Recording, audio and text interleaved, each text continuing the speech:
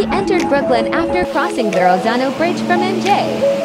This is where Fort Hamilton located.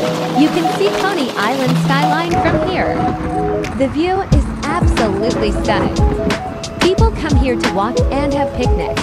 If you keep driving on Belt Parkway, you will enjoy the view. Please like, subscribe, and hit the bell icon for more videos. This video stops at Coney Island Avenue, which is exit 8. Please pay attention to the right and enjoy the view. If you enjoy going for a long drive or enjoy beautiful scenery like me, I highly recommend this route. There are many places to stop over to take a quick picture or two. Enjoy the view. Enjoy! Watch it until the end to enjoy this scenic drive.